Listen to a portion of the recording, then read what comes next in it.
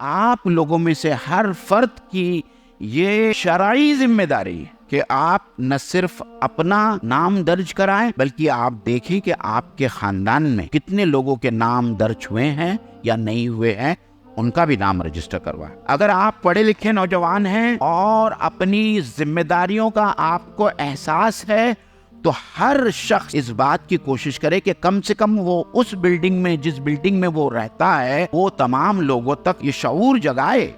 یہ شعور بہت امپورٹنٹ ہے، اور یہ شعور مجھے مولانا علی میاں ندوی رحمہ اللہ انہوں نے کہا تھا کہ اگر پوری امت مسلمہ 5 وقت کی نمازی بن جائے، یہاں تک کہ تہجد گزار بھی بن جائے، ان کی حالت اس وقت تک نہیں تبدیل ہوگی جب تک ان میں ملی اور سیاسی شعور بیدار نہیں ہوگا۔ تو یہ ملی اور سیاسی شعور بیدار کرنے کی گھڑی آ گئی۔ الحمدللہ نحمدہ ونستعینہ ونستغفرہ ونؤمن بہ ونتوکل علیہ ونعوذ باللہ من شرور انفسنا ومن سیئات اعمالنا من یہدہ اللہ فلا مضل لہ ومن یضللہ فلا ہادی لہ وأشهد أن لا إله إلا الله وحده لا شريك له وأشهد أن محمدا عبده ورسوله أما بعد قال الله تبارك وتعالى في القرآن المجيد والفرقان الحميد أعوذ بالله من الشيطان الرجيم بسم الله الرحمن الرحيم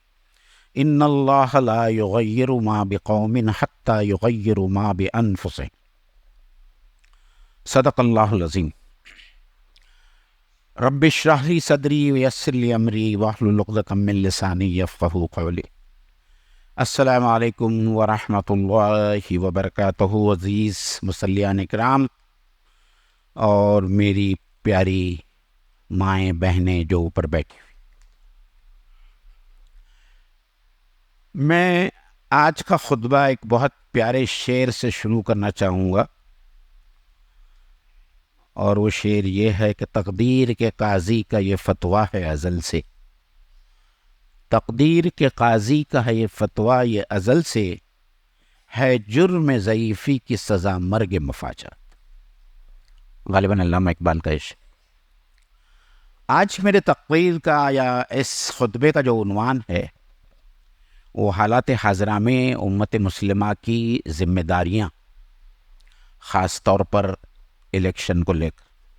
لیکن اس موضوع پر آنے سے پہلے کچھ 2 ضمنی مضامین ایسے ہیں جو رمضان کے فوراً گزر جانے کے بعد میں جس کا احتساب ہونا بہت ضروری ہے، اور ایک فضیلت جو خاص ماہ شوال سے جڑی ہوئی ہے اس کے بارے میں بھی ترغیب دلانا بے انتہا ضروری ہے۔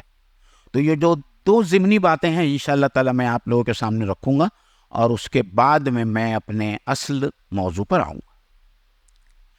دیکھیے، پورے رمضان گزر گیا اور اتنی جلدی گزر گیا کہ اس کا احساس بھی نہیں ہو،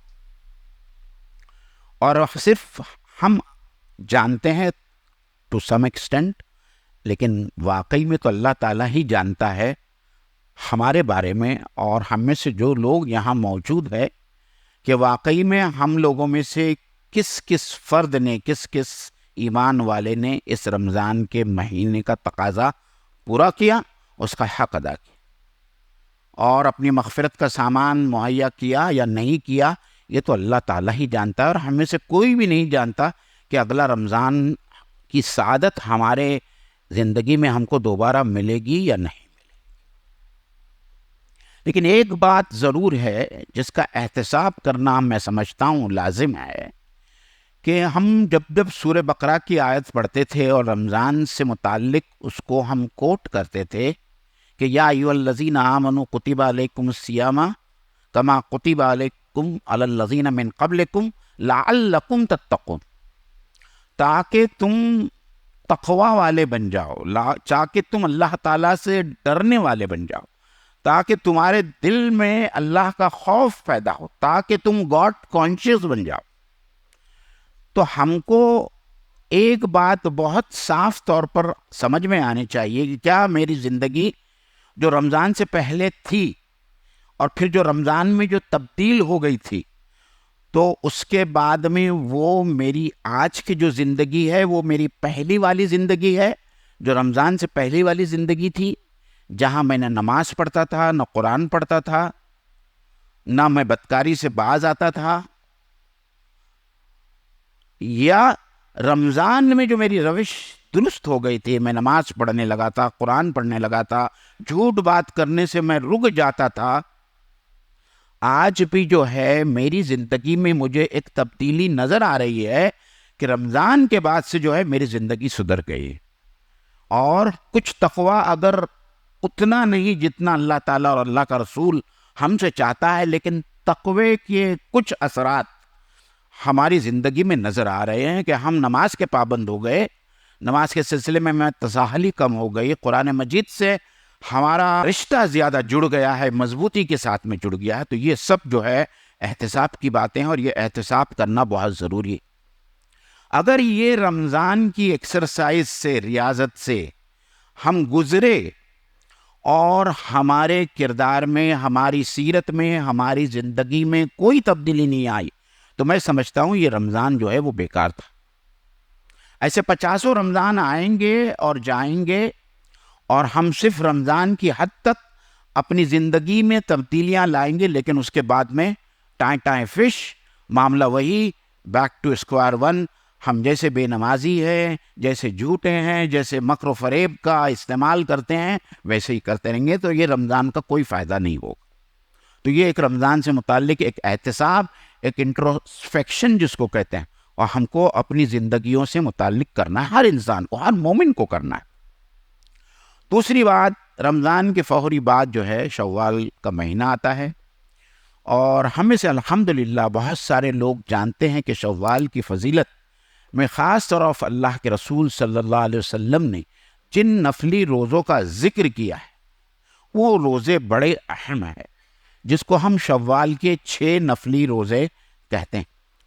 اور اس کی فضیلت میں اللہ کے رسول صلی اللہ علیہ وسلم کی جو صحیح روایت آئی ہے، وہ روایت یہ ہے کہ جو شخص شوال کے یہ 6 روزے رکھے گا، اس کے روزوں میں جو بھی کمی زیادتی نقائص ہو گئے ہیں، اللہ تعالیٰ ان تمام نقائص کو دور کرے گا، اور رمضان کے روزوں کو اللہ نہ صرف قبول کرے گا، بلکہ یہ کہ ان 6 روزوں کی وجہ سے اللہ تعالیٰ اس کو سال بھر روزہ رکھنے والے کا ثواب دے گا.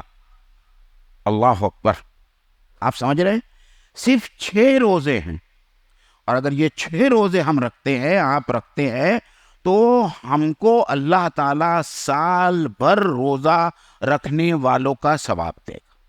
اب اس سے بڑا اجر اور کیا ہو سکتا ہے، اور اللہ تعالیٰ کی اس سے بڑی رحمت کیا ہو سکتی ہے ہم جیسے گناہگار انسانوں کے لیے، ہم جیسے گناہگار مومنوں کے لیے، کہ صرف 6 روزے رکھنے پر اللہ تعالیٰ جو ہے پورا سال روزہ رکھنے کی ہم کو جو ہے یہ کر رہا ہے، گارنٹی دے رہا ہے، ضمانت دے رہا ہے.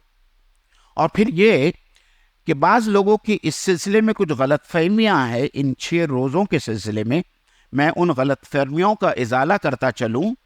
اور وہ غلط فہمیاں یہ ہے کہ کچھ لوگ یہ سمجھتے ہیں کہ پہلا روزہ شوال کا وہ باسی عید ہی کے ہی دن ہونا چاہیے. یہ ایک دم غلط بات ہے. جو لوگ یہ سمجھتے ہیں کہ یہ جو 6 روزے ہیں شوال کا، اس کا پہلا روزہ باسی عید کو ہی ہونا چاہیے، یہ ایک دم غلط بات. آپ شوال کے 6 روزے پورے مہینے میں کبھی بھی مکمل کر سکتے ہیں. نہ ہی آپ کو سلسلے وار رکھنا ہے، نہ ہی 2 شوال کو رکھنا ہے. پورے شوال کے مہینے میں آپ یہ 6 روزے کبھی بھی رکھ سکتے ہیں. 6 روزے رکھنا ہے آپ.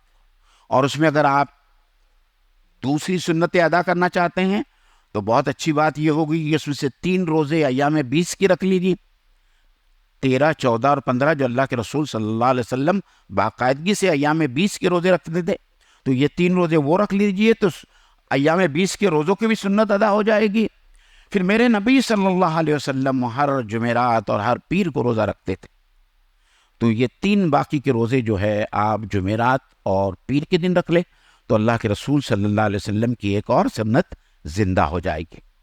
تو میں اللہ تعالیٰ سے دعا کرتا ہوں کہ اللہ تعالیٰ مجھے بھی آپ سب لوگوں کو جو ہے ہمارے نبی کی سنتوں پر عمل کرنے کی توفیق عطا فرمائے۔ ٹھیک ہے، یہ ضمنی کچھ باتیں تھی جو میں اصل موضوع ہے اس پر جو ہے میں آتا ہوں۔ دیکھیے، یہ اللہ تعالیٰ کا بڑا احسان ہے، بڑا کرم ہے، اور یہ اسلام کی خوبیوں میں سے ایک خوبی ہے کہ اللہ تعالیٰ نے جمعہ کا خطبہ ایک ایسا پلیٹ فارم ہم کو دیا ہے کہ ہم کو نہ دعوت دینے کی ضرورت ہے، نہ لوگوں کو بلانے کی ضرورت ہے۔ لوگ خود بخود جمعہ کی نماز کے لیے بڑی تعداد میں آتے ہیں۔ خطیب کے پاس میں ایک موقع ہوتا ہے کہ وہ حالات حاضرہ پر، ہمارے امت کے مسائل پر لوگوں کو جو ہے آگاہ کرے، ان کی توجہ کو مبذول کرے، ان کو ہوشیار کرے، اور یہی جمعے کے خطبے کی فضیلت ہے۔ اور اسی لیے اس کو 2 رکعت نماز کے بدلے میں اس خطبے کو رکھا گیا ہے۔ 4 رکعت ظہر کو کم کر کے 2 رکعت، اور یہ 2 رکعت جو کم کیا گیا ہے اس کا قائم مقام یہ جمعہ کا خطبہ ہے، تاکہ ہماری قوم کے خطیب حضرات ہماری ملت کی رہنمائی کریں، اور خاص طور پر ایسے حالات میں جب حالات اس امت کے اوپر بہت زیادہ تنگ ہو جائیں۔ آپ سبھی لوگ جانتے ہیں کہ لوک سبھا کے الیکشن بہت ہی قریب ہے، مئی میں جو ہے لوک سبھا کے الیکشن۔ ہم میں سے ہر آدمی اس بات کے بارے میں سوچے کہ کیا ہم اس لوک سبھا کے الیکشن کے لیے اپنے آپ کو تیار پاتے ہیں؟ یہ سوال ہے۔ ہم میں سے کتنے لوگ ہیں جو جانتے ہیں کہ الیکشن کا جو الیکٹورل رول ہوتا ہے اس کے اندر آپ کا آئی ڈی یا آپ کا نام شامل ہے یا نہیں؟ کیونکہ جب تک آپ کے پاس میں یہ آپ کا نام اس الیکشن کا جو رول ہوتا ہے، الیکٹورل رول جس کو بولتے ہیں ہم، اس میں جب تک آپ کا نام شامل نہیں ہوتا اس وقت تک آپ ووٹ دینے کی پوزیشن میں نہیں رہیں۔ اس لیے ہمارے لیے بہت ضروری ہے کہ ہم اس غفلت سے بیدار ہو کر ہم یہ جانچیں کہ آیا ہم اس وقت ووٹ دینے کی پوزیشن میں ہے یا ووٹ دینے کی پوزیشن میں نہیں۔ یہ میرا پہلا آپ لوگوں سے سوال ہے۔ اب دوسرا اہم بات، جو ضمنی بات اس سلسلے میں یہ کرنا ہے، دیکھیے ہماری خوشحالی اور ہماری ترقی اس ملک کی خوشحالی اور ترقی کے ساتھ میں جڑی ہوئی ہے۔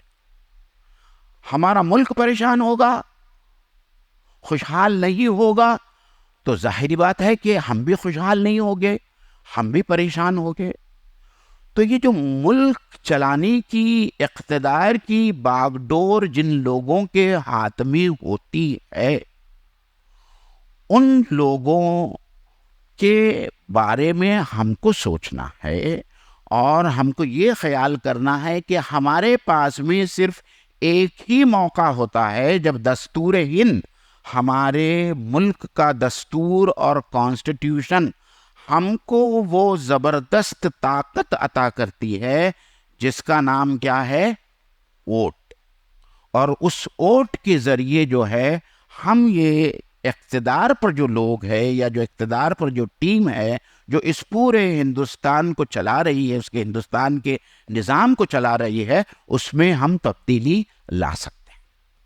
اب کوئی مجھ سے یہ سوال کر سکتا ہے کہ کیا اس کی کوئی شرعی حیثیت بھی ہے؟ یہ ایک سوال کیا جا سکتا ہے۔ تو میں اس شرعی حیثیت پر آنے سے پہلے کچھ مثالوں کے ذریعے آپ کو میں باتیں سمجھانے کی کوشش کروں۔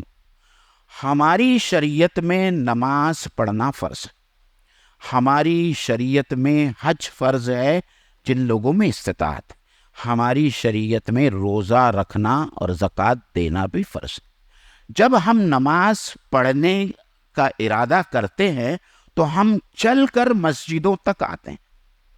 تو چلنے کا تو حکم نہیں ہے، لیکن کیونکہ چلنا ایک وسیلہ ہے جس کی وجہ سے ہم نماز پڑھنے کے لیے مسجد تک آتے ہیں، تو اس وسیلے پر بھی وہی حکم ہے جو نماز کے بارے میں حکم ہے۔ اس لیے ہم جتنے قدم چل کر نماز پڑھنے کے لیے آئیں گے، وہ تمام قدم، وہ چلنا ہماری عبادت کے اندر کیا کیا جائے گا؟ شمار کیا جائے. اگر آپ نماز پڑھنے کے لیے آ رہے ہیں تو وہ چلنا آپ کی عبادت بن جائے گا، اور اگر آپ شراب خانے تک جا رہے ہیں، اگر آپ کسی تھیٹر میں پکچر دیکھنے کے لیے جا رہے ہیں، تو وہ تمام چلنا جو ہے آپ کے گناہوں کے کاموں میں شریک کیا جائے گا. اسی لیے جو ہے یہ جو ہے کہ ہمارا ایمان، ہمارا یہ شریعت اس بات کا تقاضا کرتی ہے کہ یہ جو وسیلہ ہمارے پاس میں دستور ہند نے ہم کو دیا ہے، اس وسیلے کا ہم استعمال کریں جب اس کے استعمال کا وقت ہمارے پاس میں آ جاتا ہے. میں ایک بہت پیاری حدیث بھی ہے، اور ایک بہت سورہ نساء کی آیت نمبر 58 ہے، جس میں اللہ تعالیٰ ہم کو حکم دیتا ہے، ان اللہ یامرکم ان تؤدوا الامانات الی اہلیہا. کیا حکم دیتا ہے اللہ تعالیٰ؟ اللہ تعالیٰ حکم دے رہا ہے. دیکھیں یہاں یامرکم آیا ہے، ان اللہ یامرکم. اس کا کانٹیکسٹ کچھ الگ ہے، لیکن اس کی آیت کی تفسیروں میں مفسرین نے یہ بات بیان کی ہے کہ اللہ تعالیٰ تم کو حکم دیتا ہے کہ تم امانتوں کو ایسے لوگوں کے سپرد کرو جو اس امانتوں کا حق ادا کر سکتے. اس کا اطلاق جتنا لوکل لیول پر ہوگا اتنا ہی ریاستی لیول پر بھی ہوگا، اور اتنا ہی نیشنل لیول پر بھی ہوگا. ہم کو کلیان کی مقامی سطح پر بھی دیکھنا پڑے گا، اور یہ ہماری قوم کی بڑی بدنصیبی اور بدبختی ہے کہ آج ہمارے جتنے ادارے جات ہیں، چاہے وہ اسکول ہو یا چاہے دوسرے کوئی ادارہ جات ہو، وہاں ایسے لوگ بیٹھے ہیں منتظمین اور ٹرسٹیز بن کر جو اس منصب کے اہل نہیں ہیں. اور یہی حال جو ہے پورے ہندوستان میں ہے کہ غیر اہل لوگ جو ہے مختلف منصبوں پر فائز ہے. اور اللہ تعالیٰ کہتا ہے کہ یہ جو ووٹ ہے یہ ہمارے پاس میں ایک امانت ہے، اور اس امانت کو جو ہے ہم کو ایسے لوگوں کے لیے استعمال کرنا ہے جو اس امانت کا حق ادا کرنے والے ہیں. صحیح ہے؟ اب میں ایک دوسری بات جو آپ کو کرنا چاہتا ہوں اور بتانا چاہتا ہوں کہ دیکھیے ہم ہمیشہ صرف شکوے شکایتیں کرتے رہتے ہیں. ہم کبھی سچر کمیٹی کی دعائیاں دیتے ہیں کہ ہائے ہائے سچر کمیٹی کے مطابق امت مسلمہ جو ہے آج اتنی پچھڑ گئی ہے کہ تمام شیڈیول کاسٹ، تمام schedule tribes, O B C, backward class, جتنی قومیں ہندوستان میں ہیں اس سے زیادہ پچھڑی ہوئی کوئی قوم ہے تو وہ ہندوستان کے مسلمان ہیں. اور اس کے علاوہ جو بھی آج کے حالات ہے جن سے آپ واقف ہیں، اور مجھے کچھ مزید روشنی ڈالنے کی اس کے اوپر ضرورت نہیں ہے.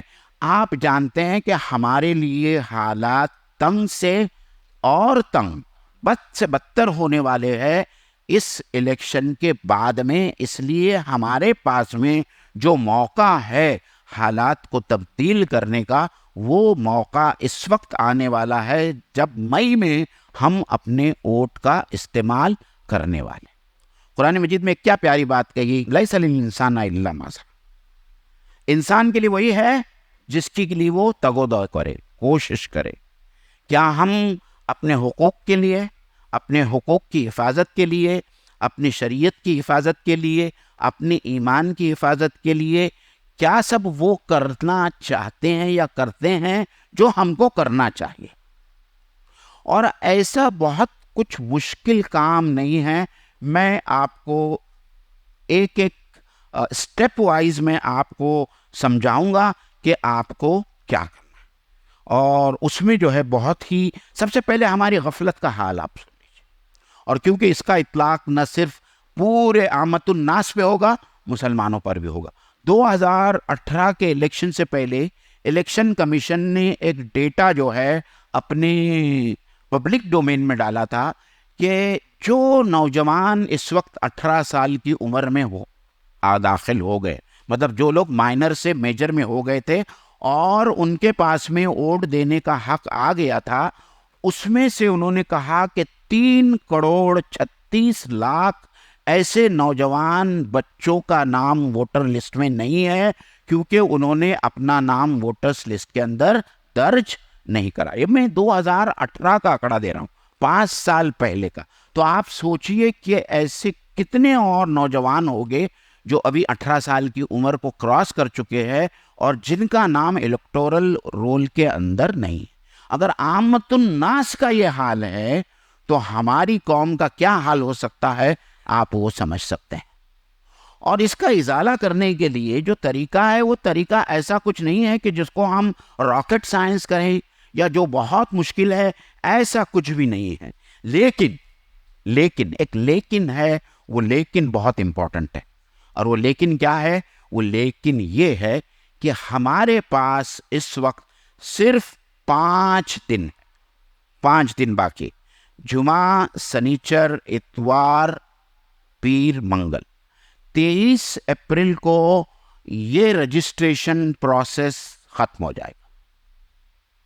تو جس کو بھی اپنا نام الیکشن کی لسٹ میں یا الیکٹورل رول کے اندر رجسٹر کرنا ہے, اس کے پاس میں صرف 5 دن ہے کہ وہ ان 5 دنوں میں اپنا نام اس رول کے اندر, اس رجسٹر کے اندر داخل کر سکتا ہے. اور یہ اتنا مشکل کام نہیں ہے. دیکھیے, ہمارے الیکشن کمیشن نے ایک بہت ہی عمدہ ایپ بنایا ہے, اور وہ ایپ آپ کے اسمارٹ فون کے اوپر ڈاؤن لوڈ کر سکتے ہیں. ٹھیک ہے, اور اس ایپ کا نام ہے ووٹرس ہیلپ لائن. ٹھیک ہے, میں یہ آپ کو بتاتا ہوں. یہ دیکھیے, یہ ووٹرس ہیلپ لائن, یہ میں نے ڈاؤن لوڈ کیا ہے. آپ گوگلز پلے میں جائیے اور ووٹرس ہیلپ لائن یہ ایپ جو ہے آپ ڈاؤن لوڈ کیجیے. جی,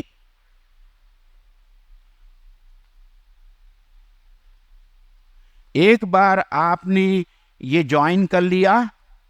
اس کو جوائن کرنے کا طریقہ بھی بہت آسان ہے. آپ اپنا موبائل نمبر ڈالیں. آپ جیسا ہی موبائل نمبر ڈال کے اس کو کلک کریں گے, سبمٹ کریں گے, آپ کو ایک او ٹی پی آئے گا. وہ او ٹی پی آپ اس کے اندر ڈال دیجئے. آپ کو جو ہے آپ کا رجسٹریشن اس ایپ کے اندر ہو جائے گا. پھر اس ایپ کے اندر وہ پوری لسٹ موجود ہے, ووٹرز پوری لسٹ موجود ہے. اس لسٹ میں جا کر آپ اپنی کانسٹیٹیوسی میں اپنا نام تلاش کریں کہ آیا تمہارا نام ووٹرز لسٹ میں ہے یا نہیں ہے. یہ دوسرا نمبر کا جو ہے یہ ہے, دوسری سیڑھی. اگر نہیں ہے تو پھر بہت آسان ہے. اسی ایپ کے اوپر, اسی سائٹ کے اوپر ایک فارم 6 ہے, یاد رکھیے, فارم نمبر 6. آپ کو فارم نمبر 6 ڈاؤن لوڈ کرنا ہے, اس کو بھرنا ہے. اس کو بھرنے میں اور مکمل کرنے میں 6 سے 7 منٹ کا وقت لگتا ہے. کتنا منٹ لگتا ہے؟ 6 سے 7 منٹ میں آپ یہ فارم بھر سکتے ہیں. اس کے لیے آپ کا ایک فوٹوگراف اور آپ کا آدھار کارڈ, مطلب جو بھی فوٹو آئیڈینٹی آپ کے پاس میں ہے, اگر آپ کے پاس میں آپ کا پاسپورٹ ہے, آپ کے پاس میں آدھار کارڈ ہے, ایک فوٹوگراف ہے, اور کچھ چیزیں, کچھ سوالات کے جوابات, کچھ فیلڈز کو آپ کو بھرنا ہے. آپ اس کو سبمٹ کیجئے. آپ کا نام اس ووٹرس لسٹ کے اندر شامل ہو جائے, اور 2 دن کے بعد میں آپ کو اس کا ایکنالجمنٹ آئے گا کہ آپ کا نام اب ووٹرس لسٹ کے اندر شامل ہو گیا. آپ بات سمجھ گئے؟ یہ ہمارے جو نوجوان بچے جو دن رات اس ایپ سے یا اس اسمارٹ فون پر کھیلتے ہیں, ان کے لیے تو یہ بائیں ہاتھ کا کھیل ہے. میں ایک بار واپس آپ کو دہراتا ہوں. گوگل اسٹور سے آپ کو ووٹرس ہیلپ لائن کا ایپ ڈاؤن لوڈ کرنا ہے. اپنے آپ کو رجسٹر کروانا ہے آپ کے موبائل نمبر کے ذریعے. جب آپ کا موبائل نمبر ڈالیں گے تو آپ کو ایک او ٹی پی آئے گا. آپ وہ او ٹی پی ڈالیں گے تو آپ رجسٹر ہو جائیں گے. پھر اس کے اندر جتنے پروویژنس ہے, اس ایپ کے اندر بہت سارے پروویژنس ہے. اس میں آپ کے کانسٹیٹیوئنسی کے بارے میں, کون لوگ کھڑے ہیں اور کتنے ووٹرس ہیں, یہ تمام معلومات آپ کو اس ایپ میں ملے گی. آپ کو خالی یہ دیکھنا ہے کہ آپ کی کانسٹیٹیوئنسی کی ووٹرس لسٹ جو اس کے اندر ہے, جو آفیشیل ووٹرس لسٹ ہے, اس کے اندر آپ کا نام ہے یا نہیں، اس کے لیے آپ کو اپنے آدھار کارڈ کا نمبر کا استعمال کرنا پڑے گا، تو آپ کو پتا چلے گا کہ آپ کا نام ہے یا نہیں ہے۔ تو اسی ایپ پر جا کر جو ہے آپ فارم 6 بھریے، اور فارم 6 بھرنے کے لیے، فارم نمبر 6 بھرنے کے لیے آپ کو ایک فوٹو آئیڈینٹی کی ضرورت ہوگی، جو آپ کا آدھار کارڈ بھی ہو سکتا ہے اور جو آپ کا پاسپورٹ بھی ہو سکتا ہے، ٹھیک ہے۔ آپ کو 2 دن کے بعد میں ایکنالجمنٹ آئے گا، اور جو سپلیمنٹری لسٹ اب آئے گی مئی سے پہلے، یہ جنوری کی لسٹ ہے، اس ایپ کے اوپر جو لسٹ ہے یہ جنوری 2024 کی لسٹ ہے۔ آپ کو اس کے بعد میں ایک سپلیمنٹری لسٹ آئیں گی، یہ جو موقع دیا گیا ہے 5 دن میں، تو تھرو آؤٹ انڈیا، پورے انڈیا کے اندر لوگ اپنا نام رجسٹر کروا رہے ہیں۔ تو آپ لوگوں میں سے ہر فرد کی یہ ذمہ داری ہے، شرعی ذمہ داری ہے، کہ آپ نہ صرف اپنا نام درج کرائیں، بلکہ آپ دیکھیں کہ آپ کے خاندان میں کتنے لوگوں کے نام درج ہوئے ہیں یا نہیں ہوئے ہیں، ان کا بھی نام رجسٹر کروائیں۔ اگر آپ پڑھے لکھے نوجوان ہیں اور اپنی ذمہ داریوں کا آپ کو احساس ہے، تو ہر شخص، ہر نوجوان بندہ اس بات کی کوشش کرے کہ کم سے کم وہ اس بلڈنگ میں، جس بلڈنگ میں وہ رہتا ہے، وہ تمام لوگوں تک اس معاملات کو آگے پہنچائے، اور ان کے اندر یہ اویئرنیس جگائے، یہ شعور جگائے۔ یہ شعور بہت امپورٹنٹ ہے، اور یہ شعور مجھے مولانا علی میاں ندوی رحمہ اللہ کا یہ جملہ انہوں نے کہا تھا، اور بہت پیارا جملہ، آج سے 50 سال پہلے کہا تھا، اور انہوں نے کہا تھا کہ اگر پوری امت مسلمہ 5 وقت کی نمازی بن جائے، یہاں تک کہ تہجد گزار بھی بن جائے، ان کی حالت اس وقت تک نہیں تبدیل ہوگی جب تک ان میں ملی اور سیاسی شعور بیدار نہیں ہوگا۔ تو یہ ملی اور سیاسی شعور بیدار کرنے کی گھڑی آ گئی ہے۔ ابھی آپ لوگوں میں سے کچھ لوگ ایسے ہوں جن کے پاس میں اسمارٹ فون نہیں ہے، یا جو اسمارٹ فون کے اوپر کام نہیں کر سکتے، اس کے لیے بھی انتظام کیا گیا ہے بہت ساری جگہوں پر۔ میں صرف اب کلیان کی بات کر رہا ہوں، میں بھیونڈی، مبرا اور دوسری جگہوں کی بات نہیں کر رہا ہوں۔ کلیان میں اس وقت ہم لوگوں نے 6 سینٹر ایسے بنائے ہیں جہاں صبح 9 بجے سے لے کے تو رات کے 9 بجے تک آپ لوگ جا کر اپنا رجسٹریشن کروا سکتے ہیں، صبح 9 بجے سے لے کے رات کے 9 بجے تک۔ وہ 6 سینٹر کون کون سے ہیں؟ پہلا سینٹر ہے عورتوں کے لیے SIO کا آفس، ہمارا آفس، جو رات شام میں 4 بجے سے 6 بجے تک جو ہے، وہاں عورتوں کے لیے ہم نے انتظامات کیے۔ اس SIO کے سامنے جو پہلے ایک یہ لگتا تھا، چائنیز کارنر تھا، وہاں ایک دوسرا کاؤنٹر اور کھولا گیا ہے، سینٹر کھولا گیا ہے، جہاں دوپہر میں، اس دوپہر کے 2 بجے سے لے کے تو شام میں 6 بجے تک جو ہے وہ کاؤنٹر لگتا ہے، آپ جا کر وہاں پہ بھی اپنا نام رجسٹر کرا سکتے ہیں۔ تیسرا سینٹر MPG کا آفس ہے۔ MPG کا آفس ہدایت مسجد کے سامنے ہے۔ ہدایت مسجد کے سامنے MPG کے آفس میں جا کر آپ اپنا ووٹرز لسٹ میں اپنا نام داخل کرا سکتے ہیں۔